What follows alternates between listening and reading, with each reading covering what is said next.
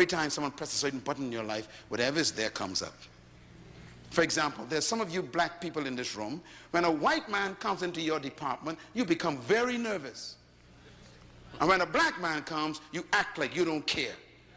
In other words, there's something in your heart, your hard drive still got some problems. There's some viruses. You're sick.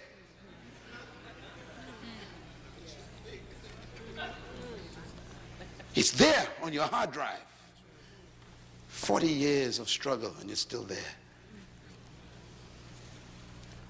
You ain't free yet. You just delivered. Deliverance is when you leave Egypt and enter the wilderness. Freedom is when Egypt leaves your mind. So stop telling people you're free. You are still in the wilderness. And notice what God did in the wilderness, eh? He kept them going around in circles. 40 years going around in circles. It took them 40 years for a 40-day trip. And then I read in the Bible, it says, because they had not gotten Egypt out of their minds, the Lord led them the long way around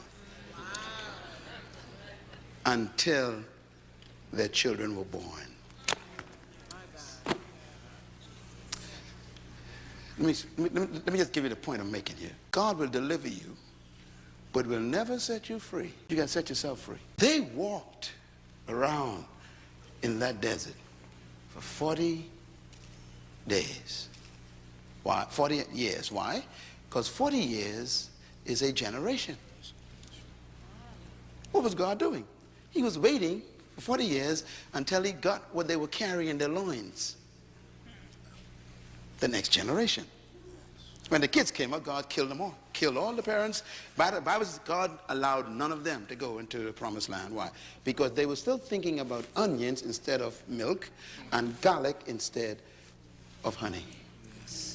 They didn't change their thinking. Your mentality is more important than your location. If you don't change as a person mentally, you will stay where you are physically.